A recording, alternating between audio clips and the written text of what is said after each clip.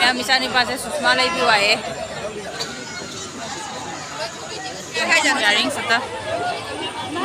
Hello everyone अगर अनौब video ma'am पुनः पुत्राम Nausari Anju सागपम ma'am ma'am से दशमी नुमी लाइथदब जेंजौगेना तौरे दौना इमानबी फैमिली तौर अखोई चबीनागे तौरे मैम अदो मैम चैनल नौना थेना चंबीरप इचिनाउसिंग याव तादे चैनल प्लीज नुसीबीदुना सब्सक्राइब तौबीरमु मैम अदो आजौरगा मतेक मतेक अदुम वीडियो से लौर मैम फम शेयर तौजरके मैम वीडियो से खाता नहीं मैम अखोई हेरे अदो लाई खरामदी पुथोनरे खरामदी पुथोनद्री मैम अदो मैम जो चीजें हलके मैं छुट्टी जी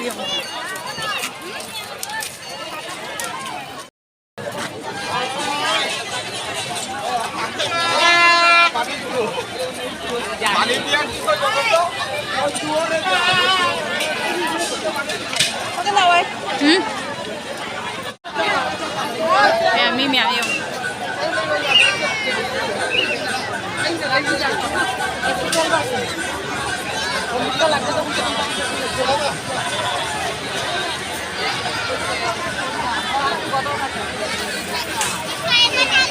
मैम मिसानी पास सुषमा लाई भी आए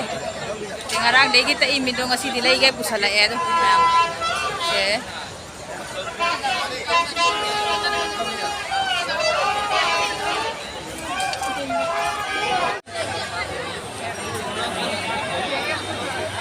मैम मन उधर दुकान pun मैम आता नहीं को ma'am di mandi sini kan ada pembang आता नहीं अब को ma'am sehingga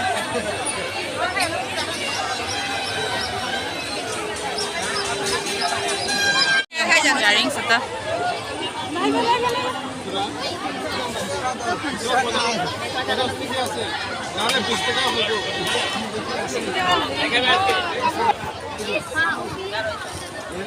nganggi sana na balu belum atas di sini ya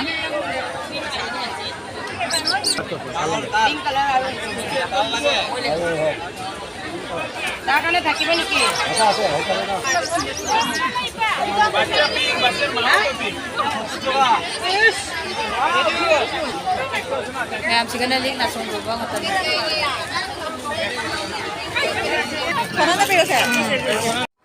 ma'am से इसानी पाना मोगी से स्प्रिंग से साना न बल्ले रोए न ngarang de tai mi dong ngasi di lebi ga na tauri ma'am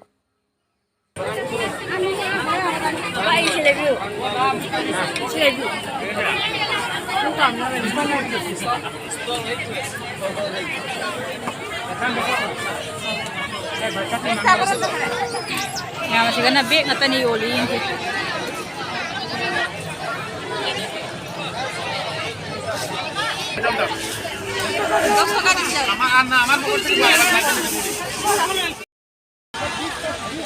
Mama, enam. Mayang siwan sa pon ni.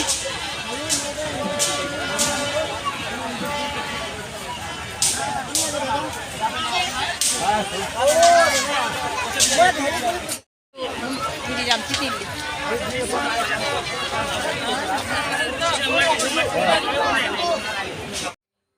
Ma'am हजिक अना चंगीसे लाइथदबगी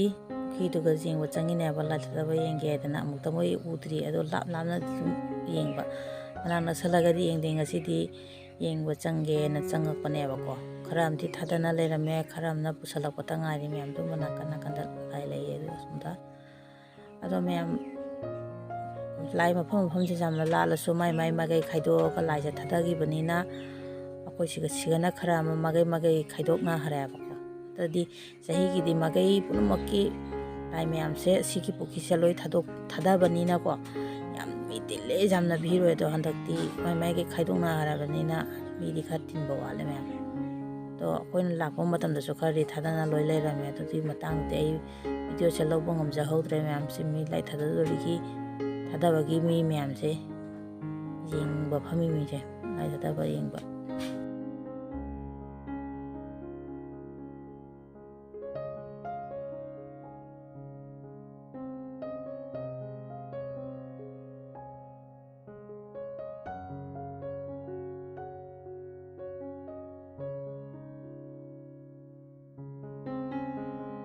ꯃꯌꯥꯝ ꯑꯁꯤ ꯑꯩꯈꯣꯏ ꯍꯧꯖꯤꯛ ꯐꯝꯃꯤ ꯂꯥꯏ ꯊꯥꯗꯕ ꯌꯦꯡꯒꯦꯅ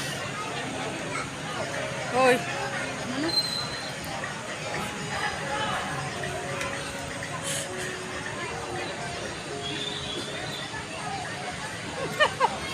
ꯑꯩ ꯌꯣꯒ ꯃꯆꯥꯁꯦ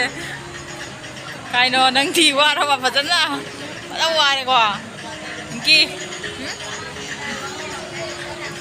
ꯃꯌꯥꯝ ꯑꯩꯈꯣꯏ ꯋꯥꯔꯁꯨ ꯋꯥꯔꯦ ꯂꯥꯏꯁꯨ ꯊꯥꯗꯕ ꯌꯦꯡꯈꯤꯒꯦꯅꯁꯨ ꯉꯥꯏꯍꯥꯛ ꯐꯝꯃꯤ ꯃꯌꯥꯝ